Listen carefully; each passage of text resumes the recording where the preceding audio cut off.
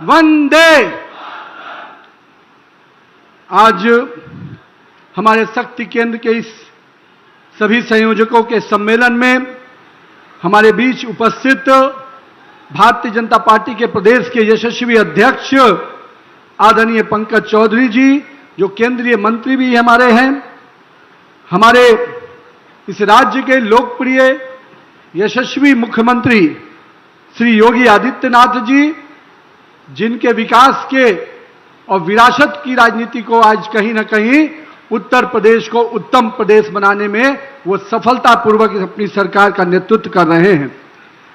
हमारे राष्ट्रीय संगठन महामंत्री आदरणीय बीएल संतोष जी, इस राज्य के दोनों उप मुख्यमंत्री, जिन्होंने अपने नेतृत्व को अपनी कार्य कुशलता के बल पर कार्यकर्ताओं के साथ साथ जनता को भी अपने संवाद के साथ जोड़ा है, वैसे अपने उप मुख्यमंत्री आदरणीय केशव प्रसाद मौर्य जी, आदरणीय ब्रजेश पाठक जी, हमारे संगठन मंत्री प्रदेश के धर्मपाल जी, हमारे क्षेत्रीय अध्यक्ष जिन्होंने बहुत ही अच्छे तरीके से इस कार्यक्रम का आयोजन किया है, मैं उनको भी बधाई भी देता हूं, वैसे अवधेश द्विवेदी जी, मंच के संचालनकर्ता प्रदेश महामंत्री संजय राय जी, हम सब आज यहां पर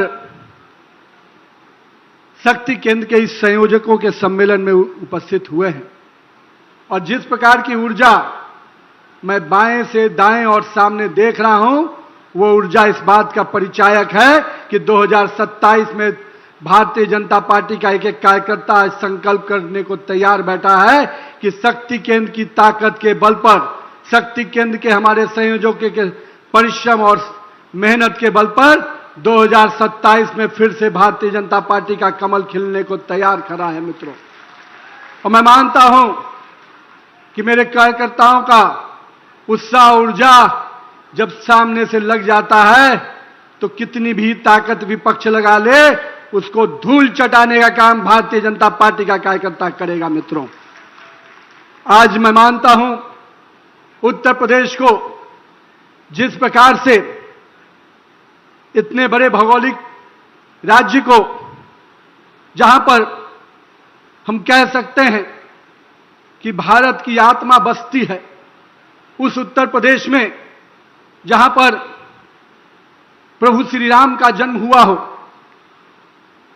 उस मर्यादा पुरुषोत्तम राम का जो हमारे आदर्श ही नहीं, हम सबको दिशा देते हैं, हम सबको अपने उनके आस्था के साथ अपने आप को हम जब जोड़ते हैं तो हमको जीवन का आगे बढ़ने का प्रेरणा मिलता है।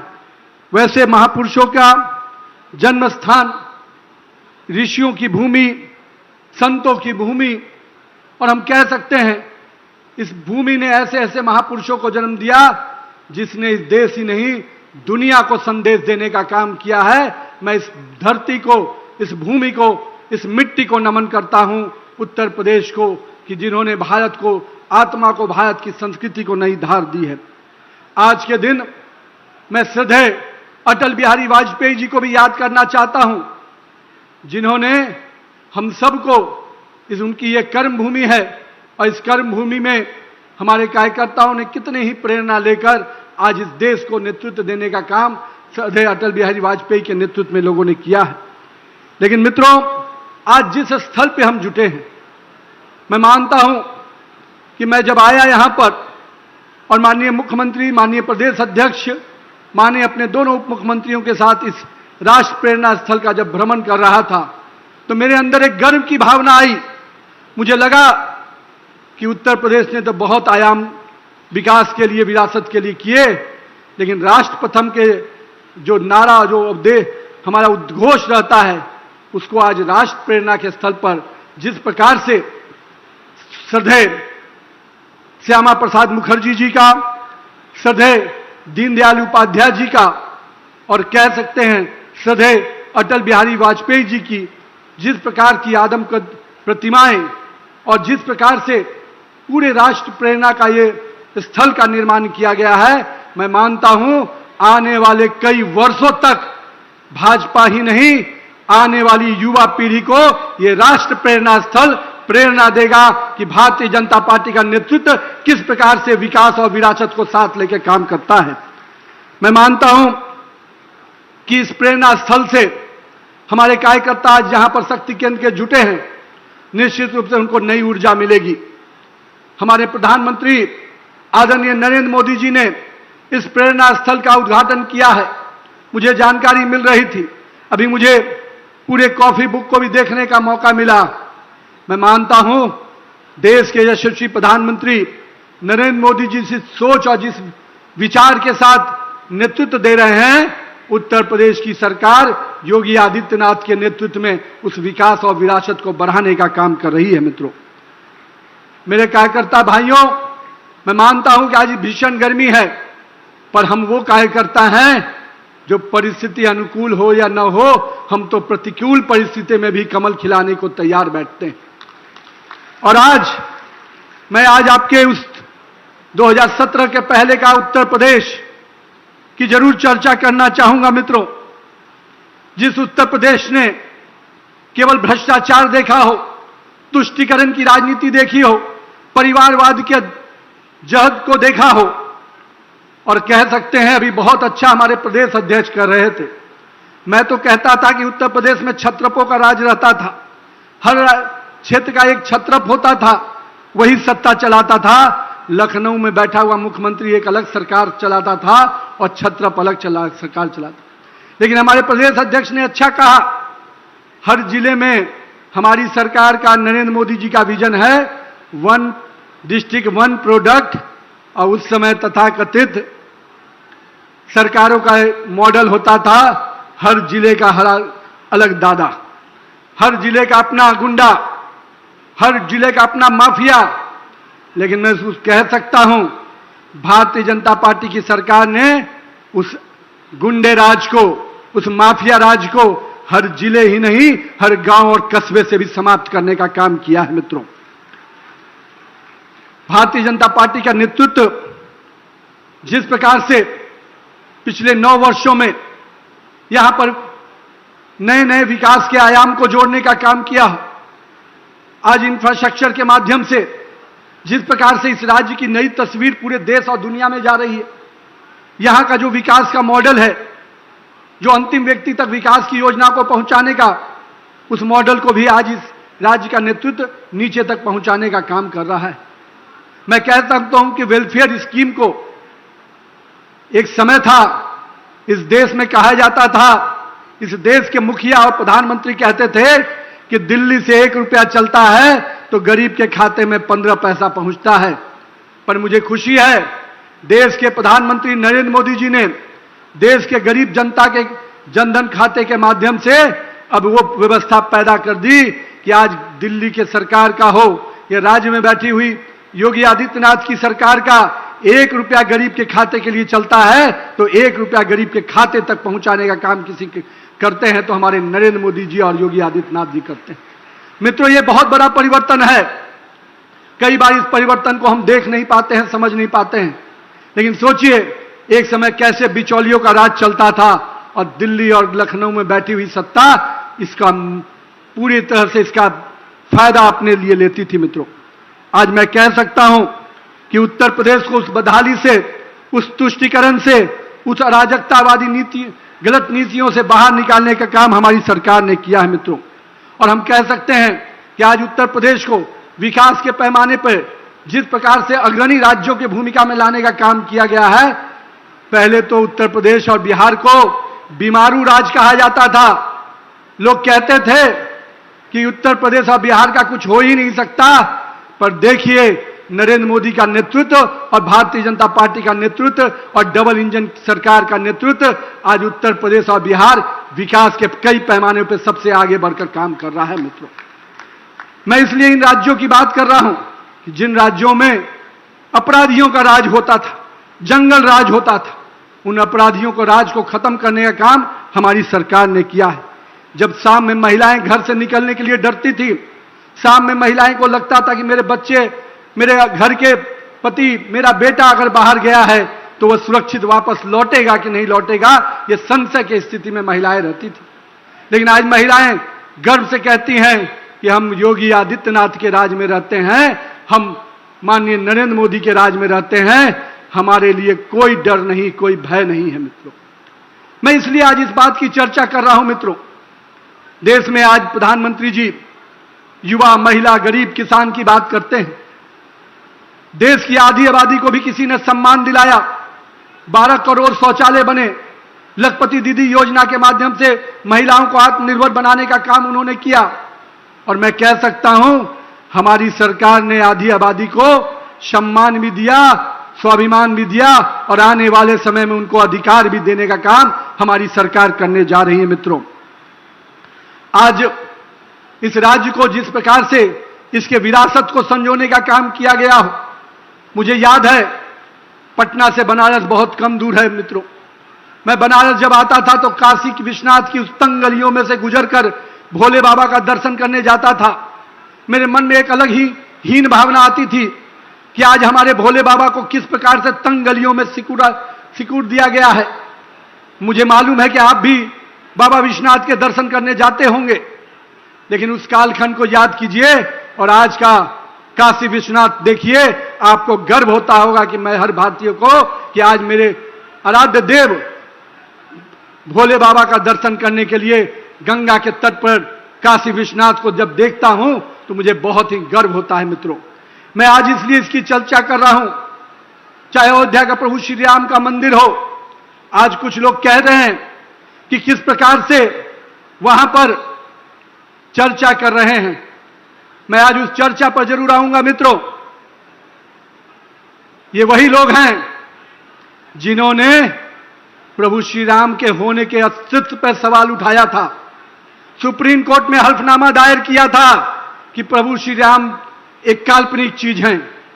उन्होंने कहा था कि श्री राम सेतु के होने पर सवाल उठाया था।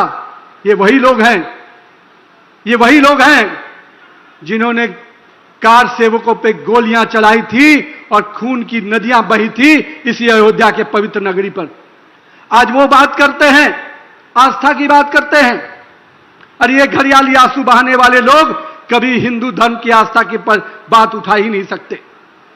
भारतीय जनता पार्टी और मैं कह सकता हूं राष्ट्रीय स्वयंसेवक संघ के लोगों ने, वीएचपी के लोगों ने जितना संघर्ष किया, जिस आस्था के साथ 500 सालों का वो संघर्ष और पिछले 100 वर्षों का उनका जो संघर्ष है, वो कहीं ना कहीं आज भव्य अयोध्या का प्रभु श्री राम का मंदिर है उसके रूप में सामने हमें दिखता है।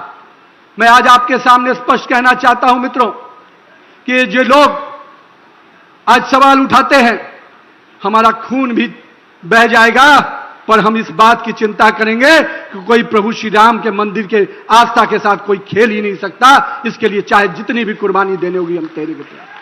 हमारी सरकार ने स्पष्ट किया है, हम कार्रवाई भी करेंगे, हम जो चीजें हैं उसमें सुधार भी करेंगे।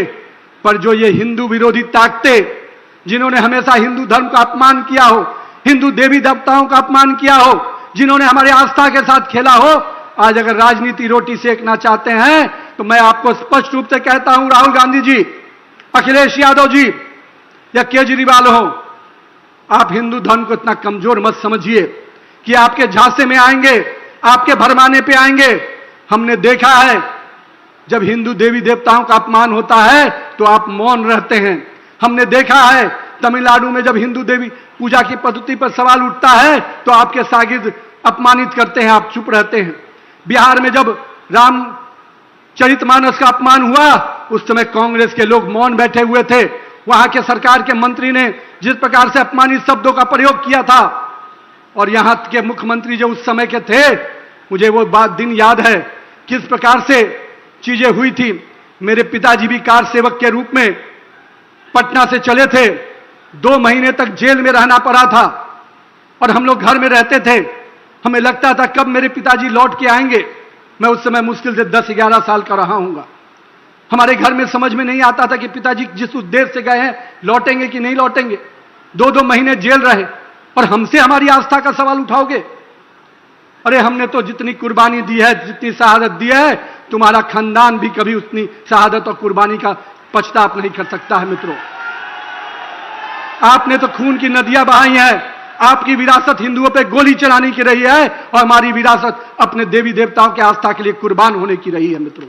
इसलिए मैं आपके माध्यम से स्पष्ट रूप से कहता हूं, हमने विरासत को संजोया भी है, हम उसको संभालेंगे भी और उस पर गर्व करने के लिए हर हिंदू को प्रेरित करेंगे मित्रों। आज के दिन मैं आज उत्तर प्रदेश के चुनाव के शंखनाद के रूप में आया था, चुनाव के तैयारी के लिए आया था। मुझे को देखने को मिला कि जिस प्रकार से लखनऊ के कार्यकर्ताओं ने उत्साह के साथ एक अलग ही वातावरण में मुझे मिलने पहुंचे, तो मुझे लगा उत्तर प्रदेश के कार्यकर्ताओं में इतनी ताकत है कि उसे ऐसे विपक्षियों को जवाब भी मिलेगा और आने वाले समय में ये कार्यकर्ता एक एक विषय का जवाब जनता के बीच में लेके जाएंगे मित्रों। हम मानते हैं पिछले समय में जिन विषयों को लेकर पूरे विश्व में वैश्विक अस्थिरता रही, फिर भी हमारा नेतृत्व सजग रूप से हमारे लोगों की चिंता करता रहा। वैश्विक अस्थिरता के बावजूद भी हमारे नेता माननीय प्रधानमंत्री नरेंद्र मोदी जी ने जनता को कोई तकलीफ नहीं होने दिया। हमने ये चिंता की कि विश्व में कोई भी देश किसी भी प्रकार से काम करे, भारत की राजनीतिक और डिप्लोमेटिक राजनीति हमेशा सबको लेकर साथ चलने की रही है। और यही कारण है कि इतने बड़े वैश्विक अस्थिरता के बावजूद भारत की आर्थिक व्यवस्था को हम मजबूत करते रहे। मैं आज मानता हूं कि आज जिस प्रकार से जिस स्थल पे हम आए हैं, मुझे वो भी प्रेरणा दे रहा है। और मैं आज आपके माध्यम से अपने शक्ति केंद्र के कार्यकर्ता, मैं आपसे आग्रह करने आया हूं, आप सब धन्य हैं उस पार्टी के कार्यकर्ता हैं जिसके नेता श्यामा प्रसाद मुखर्जी, दीनदयाल उपाध्याय, श्रद्धेय अटल बिहारी वाजपेयी रहे। एक ने एक भारत श्रेष्ठ भारत का नारा दिया, एक ने अंत्योदय का नारा दिया और एक ने सुशासन का नारा दिया। और हम कह सकते हैं हमारे आज के नेता हम सबके प्रेरणा, और हम कह सकते हैं इस विश्व को नेतृत्व देने वाले देश के प्रधानमंत्री नरेंद्र मोदी जी एक भारत श्रेष्ठ भारत, अंत्योदय और सुशासन की राजनीति को एक साथ एक स्वर में लेकर जनता की सेवा कर रहे हैं। आज कल का दिन श्यामा प्रसाद मुखर्जी जी की 125वीं जयंती का दिन होगा और मुझे आज के दिन वो विषय आज आपके सामने जरूर चर्चा करना चाहता हूं। कल मुझे जम्मू जाने का मौका मिलेगा, उस स्थल पर जाने का मौका मिलेगा, उस धरती पर जाने का मौका मिलेगा जहां पर श्यामा प्रसाद मुखर्जी जी ने बलिदान दिया था। वही 370 धारा को समाप्त करने के लिए उन्होंने अपने जानों की आहुति दी थी। भारतीय जनता पार्टी का पहला जनसंघ का पहला संस्थापक अध्यक्ष अपनी जानों की आहुति केवल कश्मीर के 370 धारा को समाप्त करने के लिए दिया। हमारी परंपरा रही है कि हम अपने राष्ट्र के विषयों को लेकर, हम अपने आस्था के विषयों को लेकर हर कुर्बानी देने को तैयार रहते हैं। और आज जब माननीय प्रधानमंत्री जी ने 370 धारा को समाप्त किया, कश्मीर को पूर्ण रूपेण आजादी दिलाई, तो आज उस राज्य को में मुझे जाने का मौका मिल रहा है। मैं कह सकता हूं मित्रों, मैंने 2011 का भी कालखंड देखा जब मैं युवा मोर्चा का राष्ट्रीय महामंत्री के रूप में काम कर रहा था। राष्ट्रीय एकता यात्रा कलकत्ता से कश्मीर गई थी। उस यात्रा के क्रम में मैं जम्मू कश्मीर की व्यवस्था देख रहा था। मुझे जब कश्मीर में लाल चौक पर जाने का मौका मिला, मैं वहां के प्रशासन से बात करने गया था।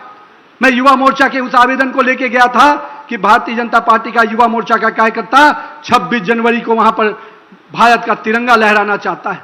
मुझे यह बात आज बताते हुए गर्व होता है कि जब मैं वहां गया और मैंने ये बातें रखी तो वहां का प्रशासन कहता है भारत का तिरंगा यहां नहीं लहराया जा सकता क्योंकि कश्मीर की घाटी में अशांति हो जाएगी। ये वो 2011 का भारत था। कहां गए वो राहुल गांधी, कहां गए वो केजरीवाल, कहां गए वो अखिलेश यादव? क्यों उनके मौन बैठे थे उस समय? क्यों चुप रहते थे? उन्हें कश्मीर की चिंता नहीं थी, उन्हें भारत के तिरंगे के सम्मान की चिंता नहीं थी। और जब मैं कश्मीर के लाल चौक पर प्रेस वार्ता करने आया तो मैंने देखा कि पाकिस्तान का झंडा वहां लहरा रहा है और दिल्ली और कश्मीर में बैठी हुई सरकार मौन बैठी थी। मैंने आज जब समय बीता, हम लोगों ने कार्यक्रम किया, प्रयास किया तिरंगा लहराने का। हमारे प्रयास के बावजूद 3 साल बाद हमें फिर से एक ऐसी सरकार मिली जो नरेंद्र मोदी के नेतृत्व में, जिसने फिजा बदल दी मित्रों। और मैं कह सकता हूं कि अब कश्मीर का लाल चौक तिरंगे से लहराया नजर आता है और एक एक भारतीयों को गर्व होता है कि ये मेरा भारत बदल गया है, मेरे भारत का तिरंगे का सम्मान बदल गया है मित्रों। जो लोग कल तक भारत का तिरंगा लहराने से डरते थे, आज भारत का तिरंगा गर्व से लहराते हैं और कहते हैं कि मैं भारतीय हूं। मित्रों, यह है परिवर्तन। और ये क्या बताएंगे जिन्होंने इस जमीन को बेचने का काम किया हो, जिन्होंने इस मिट्टी को गिरवी रखने का काम किया हो। इनके नेतृत्वकर्ता हमेशा से कंप्रोमाइज राजनीति किए हैं। 2012 में मुझे तवांग जाने का मौका मिला था। मैं तवांग की घटनाओं भी आज लखनऊ के कार्यकर्ताओं के बीच में रखना चाहता हूं। जब मैं तवांग गया तो मैंने देखा कि चाइना के बॉर्डर पर बड़ी अच्छी सड़क बनी थी और हमारे तरफ कच्ची सड़कें थी। मैंने पूछा वहां पर सैनिकों से, वहां के लोगों से कि आखिर क्या कारण है कि भारत की सरहद पर कच्ची सड़कें हैं और चीन के सरहद में पक्की सड़कें हैं। तो जो जवाब मिला वो मैं आज आपके बीच में रखना चाहता हूं। मित्रों, उन्होंने कहा 1962 में जब चीन आया था तो उसके लोग भारत में घुसे थे और उसके बाद वो पूरे लौटना उनको इसलिए पड़ गया क्योंकि वो दुर्गम पहाड़ियों और कच्ची सड़कों से लंबा समय नहीं बिता पा रहे थे। इसलिए 50 साल बाद 2012 की मैं घटना बता रहा हूं। 1962 के शहीदों को नमन करने के लिए मैं गया था और 50 साल बाद उस समय की केंद्र की सरकार की सोच यही रही थी कि अगर हम सड़क बना देंगे तो विदेशी ताकतें हमारे देश में घुस जाएंगी। यह उस समय का भारत था और आज का भारत नरेंद्र मोदी के नेतृत्व में उस सीमा तक 4 लेन सड़कें बनी है। मित्रों, यह दिखाता है कि नया भारत किस दिशा में चलता है। आज का भारत सैनिकों को गर्व होता है, हमारे वहां पर सड़कें भी बनती हैं, हमारे एयरबेस भी बनते हैं। यह कहीं ना कहीं स्पष्ट दिखाता है कि हमारा नेतृत्व निर्णायक नेतृत्व है, जिसकी नीतियां स्पष्ट हैं, जिसका नीयत स्पष्ट है और जिसमें निर्णय लेने की क्षमता है। ऐसा नेतृत्व हमारे नरेंद्र मोदी का है। मित्रों, और मैं कह सकता हूं उत्तर प्रदेश से जो आवाज 2027 में निकलेगी वो केवल उत्तर प्रदेश में हैट्रिक नहीं लगेगा। मित्रों, उत्तर प्रदेश में केवल हमारी एक और सरकार नहीं बनेगी, उत्तर प्रदेश से दिल्ली में 2029 का भी रास्ता साफ होगा और 29 में भी नरेंद्र मोदी के नेतृत्व में फिर से भारतीय जनता पार्टी की और एनडीए की सरकार बनेगी। मित्रों, मैं आज आपके बीच में आया हूं इन बातों को इसलिए स्पष्ट करने के लिए। मित्रों, आइए पूरे ताकत और पूरे शिद्दत से अपने बूथ को जीतने का लक्ष्य की ओर बढ़ चले। मुझे मालूम है कि शक्ति केंद्र का यह कार्यकर्ता का संकल्प कर लिया और जिस प्रकार से आज आपने रिपोर्ट लेकर आए हैं, मुझे पूरा भरोसा है कि मेरे शक्ति केंद्र के कार्यकर्ता भारतीय जनता पार्टी के बूथ को भी शक्ति देंगे, जिला को भी शक्ति देंगे, प्रदेश को भी शक्ति देंगे और राष्ट्र को भी शक्ति देंगे। मित्रों, मुझे मालूम है कि अगर यह शक्ति केंद्र का कार्यकर्ता अपने बूथ की मजबूती के लिए खड़ा हो गया तो कितने भी विपक्ष के साथी एक साथ आ जाएं। अरे कौरव तो हमेशा एक साथ ही आए हैं ना। मित्रों, जब भी कौरव और धर्म की युद्ध हुई है तो अधर्मी हमेशा बड़ी संख्या में आए हैं। हमें अधर्मियों से डरने की आवश्यकता नहीं है। मित्रों, हम धर्म की लड़ाई लड़ते हैं, हम उस लड़ाई को अपने देश के लिए लड़ते हैं। हम नेशन फर्स्ट पार्टी, नेक्स्ट और सेल्फ लास्ट की पॉलिसी पे काम करने वाले लोग हैं। हम उस देश के निवासी हैं जिस देश में हम ये बात कहते हैं कि अपनी मिट्टी के लिए मर जाना मंजूर है, पर इस देश की मिट्टी के साथ कोई समझौता नहीं कर सकते। माननीय प्रधानमंत्री जी ने लाल किले की प्राचीर से कहा था कि मित्रों आइए इस देश के युवाओं को कि आइए आप 1 लाख से अधिक युवा इस देश की राजनीति में आए और कहीं ना कहीं इस देश को नेतृत्व दें। मैं आज युवा साथियों से भी यहां कहता हूं, मित्रों आप भारतीय जनता पार्टी के वो कार्यकर्ता हैं जिसके परिश्रम और मेहनत के बल पर कल इसी में से कोई व्यक्ति भारतीय जनता पार्टी का प्रदेश अध्यक्ष और राष्ट्रीय अध्यक्ष बन सकता है। मित्रों, यही भारतीय जनता पार्टी की खूबसूरती है। मित्रों, कि जो बूथ में भी काम करता है, जो शक्ति केंद्र में भी काम करता है, वो पार्टी का शीर्ष पर पहुंच सकता है। पर इन विपक्षी पार्टियों के लोग उस परिवार में जन्म लेंगे तभी वो राष्ट्रीय अध्यक्ष बन सकते हैं, इसके अलावा कोई आदमी राष्ट्रीय अध्यक्ष नहीं बन सकता है। राहुल बाबा कई बार घूमते हुए दिल्ली यूपी आते हैं, उनसे पूछिएगा जब जब इस देश के विषय को आया आपने विदेशी लोगों से समझौता किया, जब जब इस देश के सम्मान की बात आई आपने इस देश का मजाक उड़ाने का काम किया। कभी आपने नहीं देखा होगा कि उन्होंने भारत के इतिहास पर, भारत के संविधान पर, भारत के लोकतांत्रिक मूल्यों पर गर्व किया हो। उन्हें गर्व है तो केवल अपने दादा और नानी पर, जिन्होंने इस देश को हमेशा बांटने का काम किया। मैं आज आपके माध्यम से मित्रों यह आग्रह कहने आया हूं, कांग्रेस तो मृत प्राय है, कांग्रेस तो समाप्त हो चुकी है। पर ये जो साइकिल वाली पार्टी है, इसका भी टायर पंचर करने का काम भारतीय जनता पार्टी का कार्यकर्ता करेगा। और इस बार तो साइकिल का कबाड़ में जाएगी मित्रों, इस बार साइकिल मरम्मत भी नहीं हो पाएगी, इस बार साइकिल पूरी तरह से कबाड़ में जाएगी। इसकी व्यवस्था शक्ति केंद्र का कार्यकर्ता करने को तैयार है मित्रों। मैं आपके माध्यम से अपने सभी कार्यकर्ताओं से कहता हूं मित्रों, आइए भारतीय जनता पार्टी के उस नारे को बुलंद करें जिसमें सबका साथ, सबका विकास, सबका विश्वास और सबका प्रयास का मूल मंत्र हमारे नेता नरेंद्र मोदी जी ने दिया है। हम समाज के हर वर्ग को लेकर चलने को तैयार हैं, हम समाज के हर वर्ग के साथ खड़े होने को तैयार हैं, क्योंकि हम भारत प्रथम के साथ काम करते हैं मित्रों। कौन किस समाज से आता है इस बात की चिंता हम नहीं करते, हम इस देश बात की चिंता करते हैं कि वो भारत का मिट्टी का लाल है, हम उसको हमेशा आगे बढ़ाने का काम करते हैं, उसकी सुरक्षा, उसके विकास की चिंता करते हैं। इसलिए मित्रों, आने वाले समय में ये जो घड़ियाली आंसू बहाने वाले लोग हैं, ये हमें बांटने का प्रयास करेंगे। अंग्रेजों ने जो बांटने की राजनीति की थी, वही राजनीति कांग्रेस की ये वर्तमान टीम और अखिलेश यादव करते हैं। इनके अंदर डिवाइड एंड रूल की पॉलिसी है, पर वो समय बदल गया। अब ये समय नरेंद्र मोदी और योगी आदित्यनाथ का है, इसको कोई बांट नहीं सकता। इस बात का विश्वास मेरे कार्यकर्ताओं पर है मुझे मित्रों।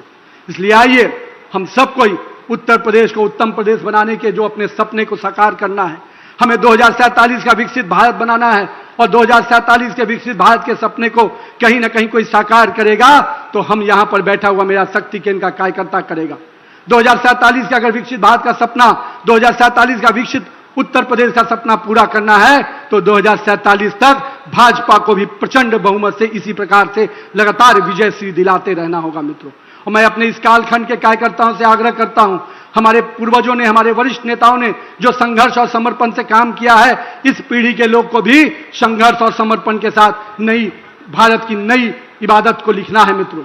तो आइए अपने नए भारत के निर्माण के लिए, 2047 के विकसित भारत के निर्माण के लिए 2027 में कमल का फूल खिलाने हर बूथ पर हम जाएंगे और बूथ को जीतकर भाजपा को विजय श्री दिलाएंगे।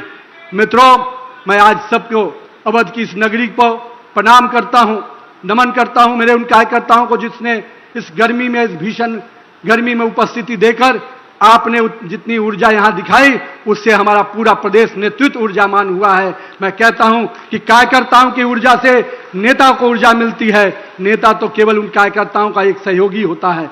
इसलिए मेरे कार्यकर्ता भाइयों, आपकी ताकत ही हम सब की ताकत है। अगर आप ऊर्जावान हैं, आप शक्तिमान हैं, तो हम निश्चित रूप से भारतीय जनता पार्टी को वो विजय श्री दिलाएंगे जो विपक्ष के साथियों ने कभी सोचा भी नहीं होगा।